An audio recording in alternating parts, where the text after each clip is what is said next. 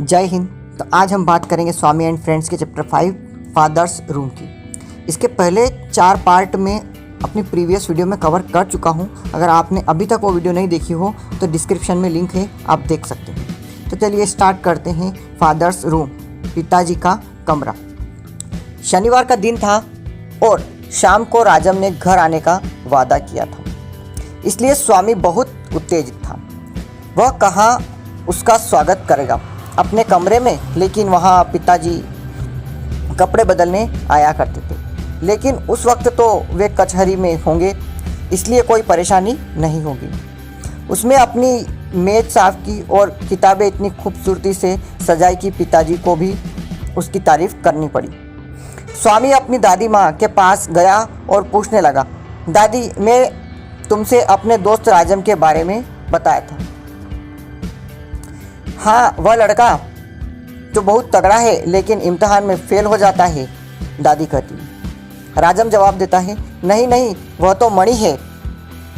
दादी दोबारा दोहराती है, हाँ हाँ, याद आया, वह लड़का जिसे ग्रामी या ऐसा कुछ कहते हैं, छोटा सा मज़ेदार बातें करने वाला।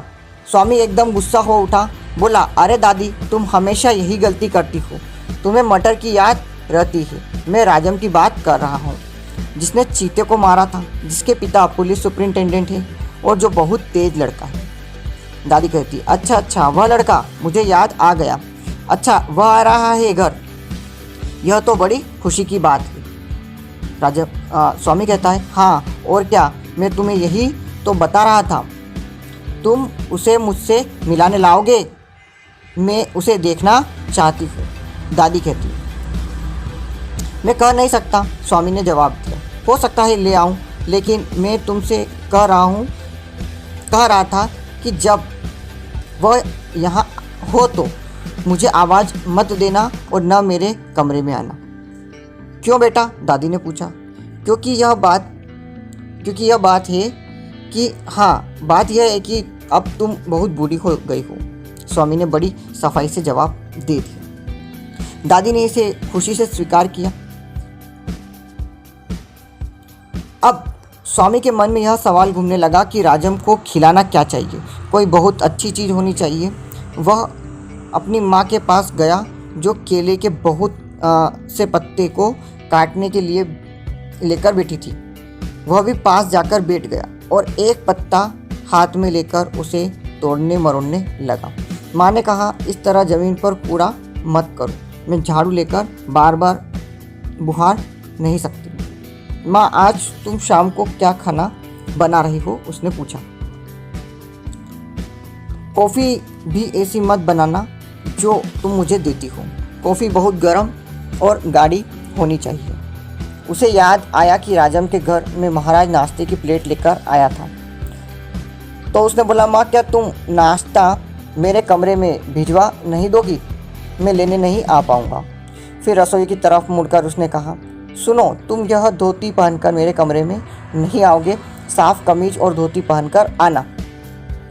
फिर कुछ देर रुककर वह बोला, माँ, तुम पिताजी से कह दोगी कि घंटे 2 घंटे के लिए कमरा मुझे दे दे। माँ ने कहा कि उसे बहुत काम है, वह खुद क्यों नहीं कह देता। स्वामी बोला, तुम कहोगी तो वे जल्दी मान लेंगे। फिर वह खुद ही पिताजी के पास गया और कहने लगा, मुझे आपसे कुछ कहना है। पिताजी ने कागज़ों के ऊपर से सिर उठाया। पिताजी, मुझे आपका कमरा चाहिए, स्वामी ने कहा। पिताजी ने सवाल किया, किस लिए चाहिए? स्वामी कहता है, मेरा एक दोस्त आ रहा है, इसलिए। जवाब मिलता है पिताजी की ओर से कि तुम्हारे पास खुद का कमरा है। स्वामी कहता है, वह राजम को नहीं दिखा सकता वह कमरा।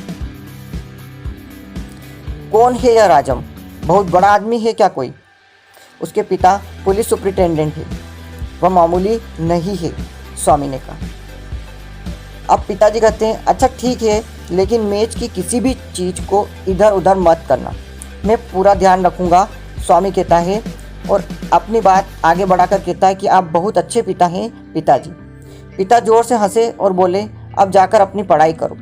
राजम का आना उसे ज़्यादा आसानी से गुजर गया। राजम का आना उससे ज़्यादा आसानी से गुजर गया जितनी स्वामी ने उम्मीद की थी। पिताजी कमरा खुला छोड़ गए थे। माँ ने गेहूं, फल और चीनी की बहुत मज़ेदार मिठाई बनाई थी। कॉफ़ी सचमुच बहुत अच्छी थी। दादी ने अपना वादा निभाया था और राजम के सामने प्रकट नहीं हुई थी। सिर्फ रसोइये ने अपनी धोती नहीं बदली थी।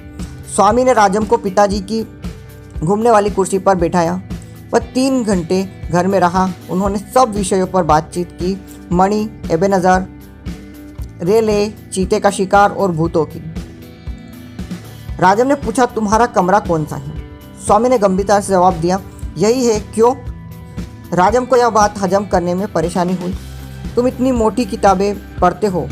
उसने मेज पर रखी सुनहरे अक्षर में जिल्द चढ़ी किताबों पर नज़र डाली। स्वामी यह सुनकर शर्माने लगा।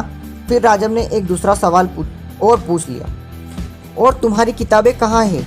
उसके चेहरे पर हल्की मुस्कान थी। अब स्वामी ने कहा, दरअसल यह मेज पिताजी की है। जब मैं नहीं होता तो वे अपने मुश्किलों में यहाँ मिलते हैं। लेकिन तुम अपनी किताबें कहाँ रखते हो? राजम ने पूछा। अब स्वामी ने बात बदलने की कोशिश की। बोला, राजम, तुमने मेरी दादी को देखा है? राजम जवाब देता है, नहीं। मुझे ज़रूर दिखाओ दादी को, मुझे बहुत अच्छा लगेगा। तो ज़रा इंतज़ार करो। वह यह कहकर बाहर दौड़ गया। यह सोच रहा था कि दादी इस वक्त सो रही होगी और सोती हुई दादी दिखाना ज़्यादा अच्छा होता है। लेकिन दादी बड़े मज़े से बिस्तर पर बैठी थी। स्वामी को निराशा हुई। वह थोड़ी देर उसे देखता रहा। क्या बात है बेटा? दादी ने पूछा। कुछ चाहिए तुम्हें? नहीं, उसने कुछ रुक कर कहा। तुम सो नहीं रही हो? राजम तुम्हें देखना चाहता है। वह आया है, दादी ने उत्साह से कहा। पास आओ राजम, मैं तुम्हारा चेहरा नहीं देख सकती। मैं बूढ़ी और अंधी हूँ। स्वामी को यह सुनकर गुस्सा आ गया। वह नहीं चाहता था कि दादी राजम से ये सब फिजूल बातें कहे। राजम उसकी चारपाई पर जा बैठा। दादी ने उसके बाल सहलाए। दादी ने उसकी माँ का नाम पूछा और यह कितने भाई बहन हैं। फिर पूछा कि क्या उसके पास जवाहरात है। राजम ने बताया कि एक काले बक्से में जवाहरात भरे पड़े हैं और एक हरे बक्से में सोने और चांदी के बर्तन। फिर राजम उसे मद्रास के बारे में बताने लगा। वहाँ का समुद्र, लाइट हाउस, ट्रामे और बसें और सिनेमा घर। यह सब सुनकर दादी ताज्जुब करती रही। स्वामी जब क्लास में घुसा, सभी बेंचों पर लड़के मुस्कुराने लगे। वह अपनी बेंच पर यह सोचता हुआ जाकर बैठ गया कि यह मुस्कुराहट उसके लिए नहीं होगी। लेकिन लड़के जब खिलखिलाने लगे, उसे इधर उधर देखा और ब्लैक बोर्ड पर उसकी नज़र जा टिकी। उसका चेहरा लाल पड़ गया। बोर्ड पर बड़े बड़े अक्षरों में लिखा था, पूछ। स्वामी उठकर बोर्ड के पास गया और हाथ से इसे पोंछ दिया। फिर जब वह घूमा तो उसने देखा कि शंकर कॉपी पर अपना सिर झुकाए और मटर अपना बैग खोल रहा है। स्वामी चुपचाप मटर की डेस्क के पास पहुंचा और बिना कुछ बोले उसे एक तमाचा रसीद कर दिया। मटर जोर से रोने लगा और बोला कि उसने यह नहीं लिखा है। उसने शंकर की तरफ तिरछी नजर डाली जो किसी काम में लग रहा था। अब स्वामी उसकी तरफ घूमा और उसे भी एक तमाचा जड़ दिया। अब तो वहाँ घमासान मच गया। शंकर, स्वामी और मटर सब एक दूसरे को मारपीट रहे थे और चीखते चिल्लाते जा रहे थे। तभी घंटी बजी। राजम, मणि और सोमू अंदर आए। टीचर भी आए और यह नज़ारा देख दंग रह गए। वे हाय हुई करने के सिवा कुछ और नहीं कर पा रहे थे। कर भी नहीं सकते थे क्योंकि वे तमिल के टीचर थे, स्कूल के सबसे असहाय टीचर। सोमू और मणि ने लड़ने वालों को अलग किया। टीचर मेज की तरफ बढ़े और कुर्सी पर बैठ गए। लड़के भी सीटों पर जा बैठे। सोमू उठा और बोला, सर हमें बाहर जाने दीजिए, हम क्लास को डिस्टर्ब नहीं करना चाहते। टीचर परेशान हुए लेकिन मणि, स्वामी और मटर को धकेलता हुआ बाहर निकल गया। उनके पीछे सोमू और शंकर भी निकला। सब स्कूल के पास एक एकांत जगह पर जा पहुंचे। कुछ देर शांति रही, फिर मणि कहने लगा, तुम लोगों को हुआ क्या है जो इतना झगड़ रहे हो? तीनों एक साथ बोल पड़े। स्वामी सबसे ज़्यादा तेज आवाज़ में बोला, इसने मटर ने बोर्ड पर पूंछ लिखा, वो भी बड़ा बड़ा। नहीं, मैंने नहीं लिखा, उसने मटर जोर से चिल्ला।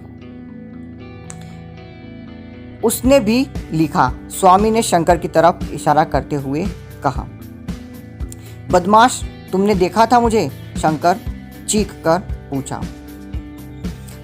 मणि ने अपने हाथ से उनके मुंह बंद कर दिए। लेकिन पूंछ का मतलब क्या है? उसने पूछा, क्योंकि अब तक उसे कुछ पता नहीं था। ये मुझे राजम की पूंछ कहते हैं, स्वामी ने सिसकते हुए कहा। यह सुनकर मणि का चेहरा सख्त पड़ गया।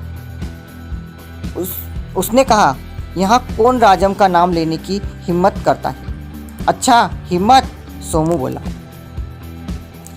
कांपते हुए शंकर और मटर की तरफ देखकर मणि गुर्राया। अगर तुम में से किसी ने यह किया है, अगर किसी ने किया है तो तुम क्या कर लोगे? सोमू ने नफरत भरी निगाह फेंकते हुए मणि से कहा। तुम्हारा क्या मतलब है सोमू? क्या मतलब है? मणि, मेरी बात सुनो, सोमू चिल्लाया। मैं तुम्हें बहुत दिन से यह बताना चाह रहा हूँ कि तुम अपने को बहुत ज़्यादा बहादुर समझने लगे हो। मणि ने अपना हाथ उठाया और सोमू के कंधे पर दे मारा। सोमू ने भी उसी ढंग से उसका जवाब दिया। मणि ने उसे लात मारी जिससे वह लुढ़क जाता, लेकिन वह बगल में हट गया और जवाबी लात दी जिससे मणि दोहरा हो गया। तीनों लड़के यह लड़ाई देखकर दंग रह गए। उन्हें यकीन नहीं हो रहा था कि सोमू और मणि भी लड़ सकते हैं। वे परेशान हो उठे। उन्हें लगा कि दोनों एक दूसरे को मार डालेंगे। उन्होंने एक दूसरों की तरफ देखा और स्कूल की तरफ भागे। वे हेडमास्टर के सामने जा पहुंचे और बताने लगे कि वहाँ क्या हो रहा है। हेडमास्टर की समझ में बड़ी देर से यह आया कि बगल वाले मैदान में इसी वक्त 2 हत्याएं की जा रही है। पहले तो उन्हें हंसी आने की हुई, लेकिन लड़कों की गंभीरता और उत्तेजना को देखकर उन्होंने हंसने का विचार त्याग दिया और ठोंडी खुजालने लगे। एक चपरासी को बुलाया और उसे लेकर मैदान की ओर चले। लड़के मैदान में इधर से उधर गुत्थम गुत्था हो रहे थे। ये दोनों मणि और सोमू थे। हेडमास्टर साहब और चपरासी ने उन्हें बड़े आराम से अलग कर दिया, जिससे स्वामी को बहुत ताज्जुब हुआ। अब तक वह यही समझता आया था कि मणि और सोमू दुनिया के सबसे ताकतवर बंदे हैं। Chapter 5 is complete. Chapter 6 is coming soon.